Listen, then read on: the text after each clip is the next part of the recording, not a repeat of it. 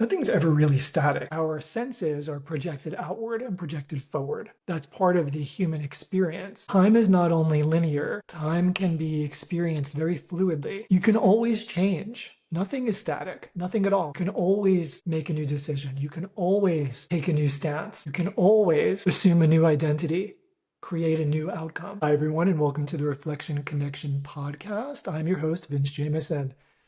Today, I wanted to touch upon a topic which I think might be of interest for a number of people, but also one that is a little slippery in its understanding when you're looking at it from a purely logical framework.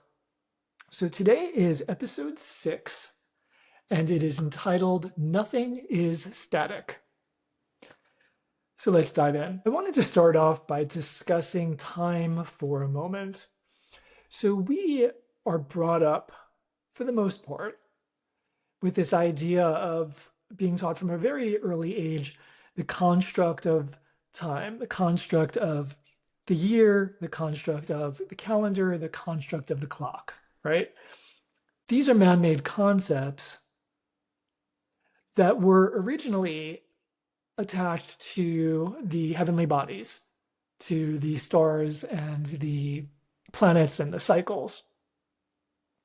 But when we're getting down to especially the clock, that ever ticking clock that seems to just, in some ways, run many of our worlds, our lives, as many of us are always racing against the clock or keeping track or having to be here or there according to the clock.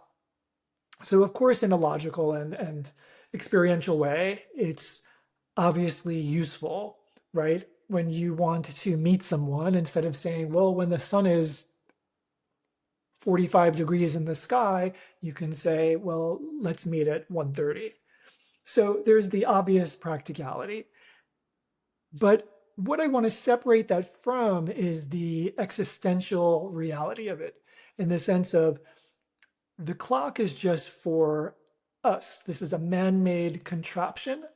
This is a man-made breaking down of the day due to the hours and the cycles, but it is not universally bound. And what I'm getting at is time can be and often is experienced fluidly, especially as you start to go down certain paths and open up in certain ways.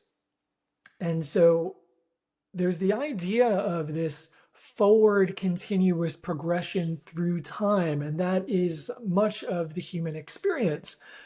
I'll propose that much of the reason for this is because we are projected outward and forward. All of our senses, our 5 senses, are all projected outward. Our nerve endings are projected outward. Everything is projected outward. We have so much going on inside our bodies. We have, liters of blood rushing through and the heart pumping. And unless we were running or dancing or, in a highly excited state, we don't feel our heart. We don't feel our blood rushing. We don't feel any of that because our senses are all pointed outward. With that, there's also the idea that what they're taking in is also distorted.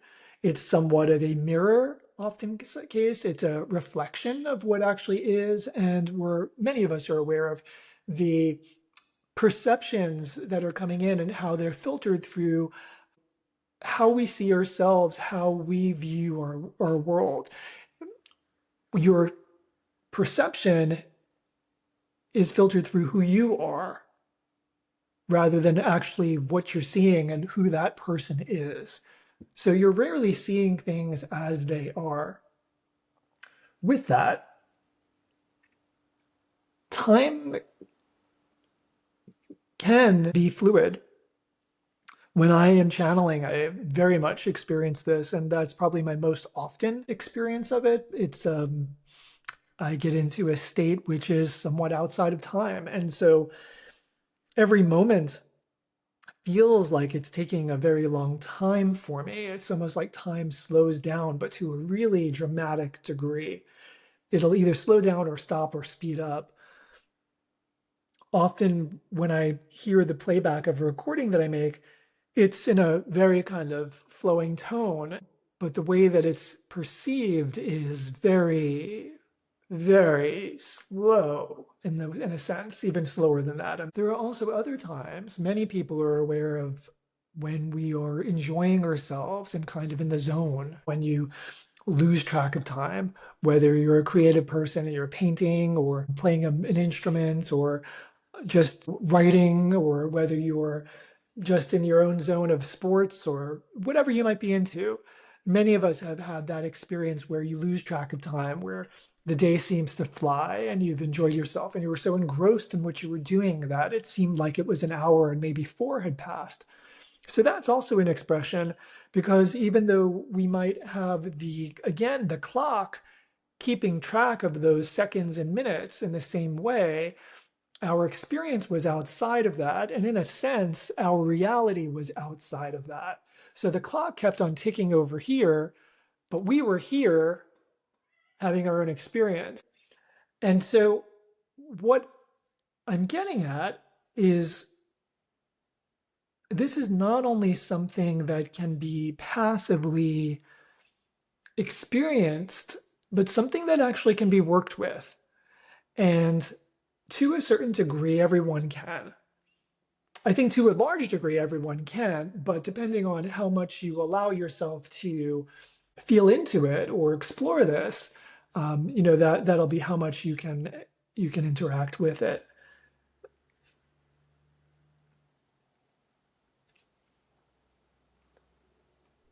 So an interesting element that I wanted to bring into this conversation as well is the idea of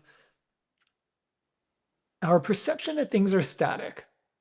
Most of us are aware, because of the conversations that are out there about quantum physics and actually the physics of our reality, is that we are not solid, right? So we're a bunch of cells, and then you go deeper and it's electrons, and you go deeper and it's the space in between them and the molecules.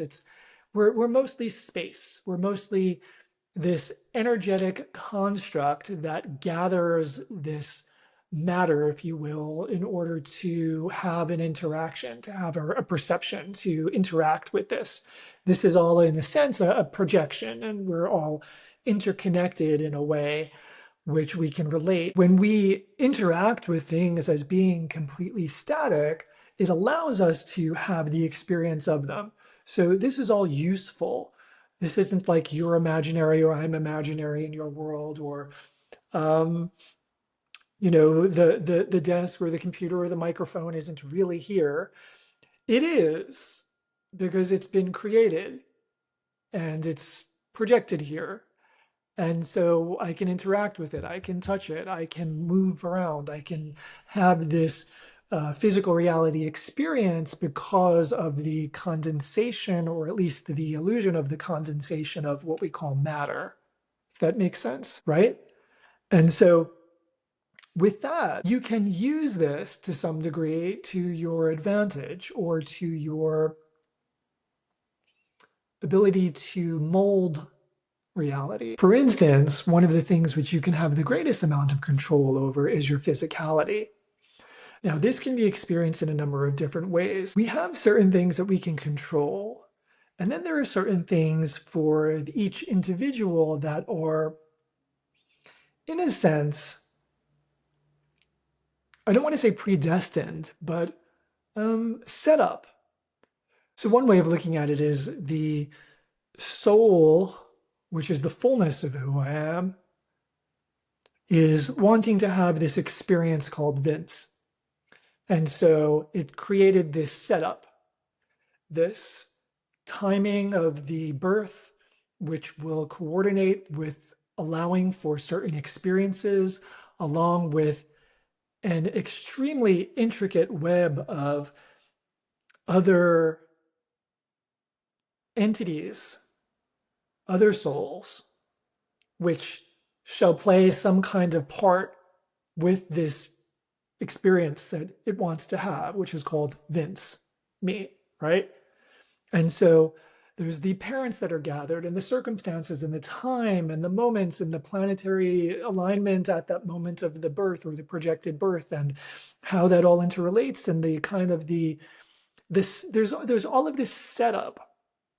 And I'm making this point because none of this is fixed. None of this is static. The setup, the projection, or the outline of the experience, the framework of the life, of our experience, has a setup to it, has a somewhat of a fixed aspect. But how we interact within that, who we choose to be, how we choose to meet each circumstance, what we become, how we interact, how we meet the moment in each individual situation is up to us. Now, there are a ton of influences, right? There's the planetary influences, the environmental influences, the archetypal influences of what it is to be human or what it is to be living in these times, right? As well, the collective influence. There's the influences that we all are very much aware of now in the sense of our social influences and even our influences of our society now with the social media and all of that and personalities and news and everything like that. So all of those are influences, but none of them are causes.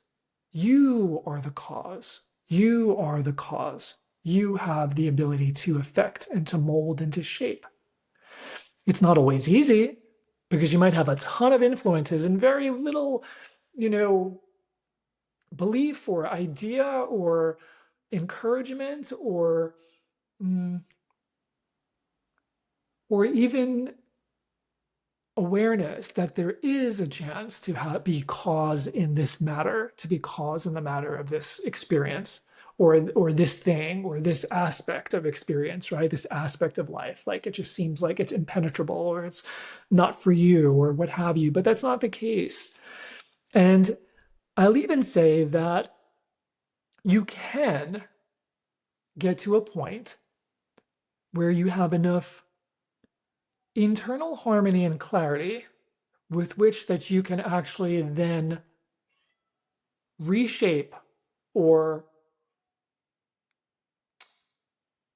work with the framework itself.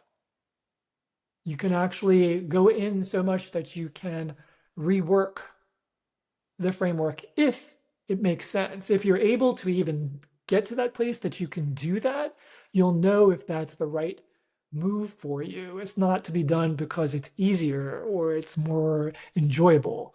But at that point, you'll be so aligned with your soul that you'll see if it makes sense to actually make some changes to that at that point. And so none of this that we experience is static. And we, as I alluded to before, one of the things that we can have the most control over is our physicalities, is our bodies. So I was constructed as male, and I'm not getting into anything like that, but just I was constructed as male and brown hair and from a certain place and with a certain mix of ethnicity.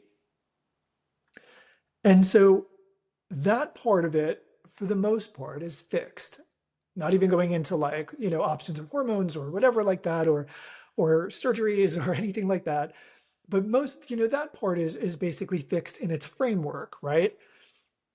But there's the energetic component which holds it all together. And there is an ability to work with, not to necessarily override, but to work with it in order to create harmony, in order to move beyond some of the external influences. And this body is, as I alluded to before, a projection or a concentration, a condensation that is not static in and of itself. And it is not solid. It is not really 100% there. You can shift some of this experience. One of the examples that I'll give is many people are very familiar with the ideas of, especially we see this in athletes, top level athletes, and I'm not a sports person in any sort of way, but just from being around, most of us have come across the information that most athletes will use visualization. But there's also other things besides that. Not only are they visualizing this and then it becomes a reality oftentimes. So they're kind of creating a setup, but they're also, in a sense, aligning or realigning their makeup, their physicality, their construct. There's also the idea too, which I've heard of, which is that if an athlete will have an injury, or even anyone, if they have an injury, let's say you might have broken an arm or a leg or something, they can exercise the opposite leg. And in doing so, it will actually build up the muscle or stimulate the muscle of the other leg. It doesn't even have to be injured. I believe that that's just something that the body does. And so there's not like, no, it's not that everything that you do, everything that makes change requires physical action per se, or that action is limited to what you've been told. Because I'll propose that that visualization was an action, and it very much was so. It was a energetic, willful, positive electric energy projection, which then is incorporated. And so one of the things that I think I'd like to stress here is the idea that we are powerful, much more powerful than we have been told we are, and much more powerful than most of us have been allowed to believe. And you can shift things, and what might seem subtle can wind up being very profound. And sometimes we can shift things in ways where we can make a shift within ourselves that can then affect everything else around us. We're not static even in our relationships or even in our relationship to another, in the sense of, again, how I'm perceiving someone else is not necessarily how or even who they are. And so when I shift something within myself, I actually then shift everything. When we make a change with ourselves, everything changes. And so we have this illusory belief that because we're continuously distracted by our senses, and they seem to be, because they were projected out of our center, we seem to just be continually moving through time, that everything has to move through time. And so we have this progression, and everything then needs to progress. And in order to progress, you have to keep on pushing forward and pushing forward and pushing forward. That's not necessarily the case. It's not necessarily the case at all.